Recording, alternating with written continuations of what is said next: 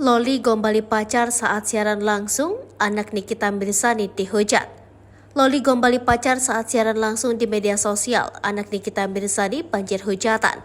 Gaya pacaran anak Nikita Mirzani, Loli dengan Fadel Bajide, memang kini jadi sorotan.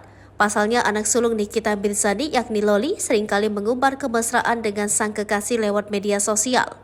Terbaru, Loli menggombali Fadel ketika melakukan live TikTok. Di sana mantan kekasih Saint Michael Alexander itu memuji ketampanan sang kekasih. Usai memuji Fadel, Loli pun mengaku begitu merindukan sang pacar. Mendengar jawaban Fadel, Loli lantas berdalih bahwa rasa rindunya tersebut adalah hal wajar mengingat mereka berpacaran. Terlebih, anak Nikita Mirzani ini juga menyebut dia sempat tidak melakukan video call sehari sebelumnya. Momen Loli yang menggombali pacar barunya itu pun beredar luas di akun gosip. Sayangnya, dia justru banjir akan hujatan dari netizen. Banyak warganet yang mengaku risih dengan gaya berpacaran Loli.